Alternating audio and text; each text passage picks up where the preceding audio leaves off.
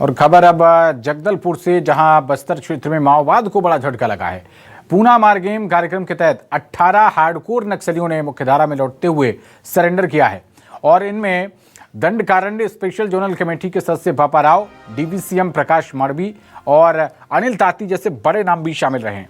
Surrender के दौरान AK-47 और इंसास जैसे आधुनिक हथियार भी जमा किए गए हैं। ये कार्यक्रम शौर्य भवन लालबाग में आयोजित हुआ है और गृहमंत्री विजय शर्मा, ADG नक्सल विवेकानंद सिन्हा और IG सुंदरराज बी सहित कई बड़े स्तर के अधिकारी मौजूद रहे हैं। इससे बस्तर में नक्सलवाद के खिलाफ बड़ी सफलता माना जा रहा है। तो पापा राव समेत कई बड़े नक्सलियों ने हथियार डाल दिए हैं। AK-47 और इंसास जैसे आधुनिक हथियार भी बरामद हुए हैं।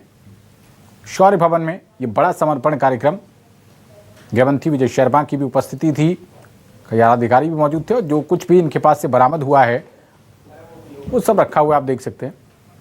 और ज़्यादा जानकारी के साथ हमारे संवाददाता आशुतोष तिवारी जुड़ गए हैं। आशुतोष, बहुत बड़ी सफलता, पापा राव समेत 18 नक्सलियों ने हथियार डाले, अब कैसा माहौल है?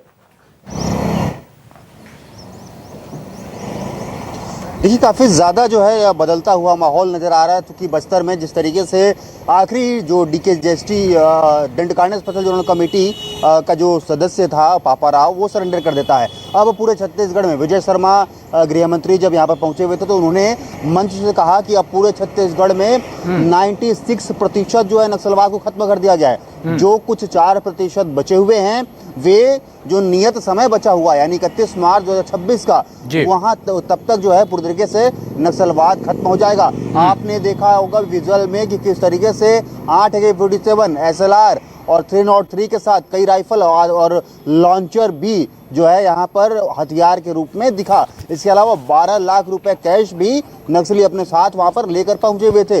पिछला सरेंडर आपको याद होगा जब तकरीबन 3 करोड़ से ऊपर के जो है राशि यहाँ पर नक्सली डंप जहाँ था वहाँ से लेकर आए थे।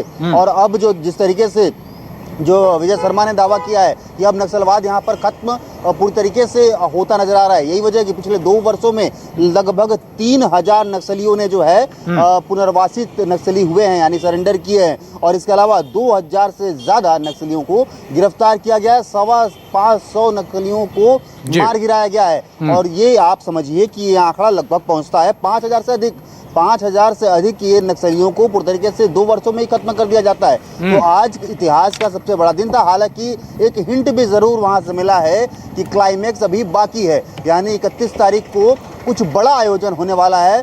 कुछ जो नक्सली जो बचे हुए हैं, जो 4% जो नक्सली बचे हुए हैं, वे भी मुख्य धारा में यहाँ पर जुड़ने वाले हैं। और इसके अलावा जब न्यूज़ 24 ने गृहमंत्री से ये सवाल किया कि आखिर 6 दिन जो बचा हुआ है, लेकिन अभी भी जंगलों में IDs हैं, अभी भी जो जवानों को नुकसान पहुंचाने के लिए जो बूबी ट्रैप और अलग अलग तरीके से जो है नक्सली तैयार करके रखते हैं, क्या वो उसे जो है पूरी तरीके से साफ कर दिया गया है। उन्होंने ये स्पष्ट कहा कि सशस्त्र माओवादियों का खात्मा जरूर यहाँ पर हो गया है, लेकिन अभी जो IDs लगा के रखा गया है वो IDs को भी आने वाले समय में जैसे ODF गाँव को घोषित किया जाता था, वैसे ही अब जो है पूरे IDs फ्री गांव को घोषित किया जाएगा।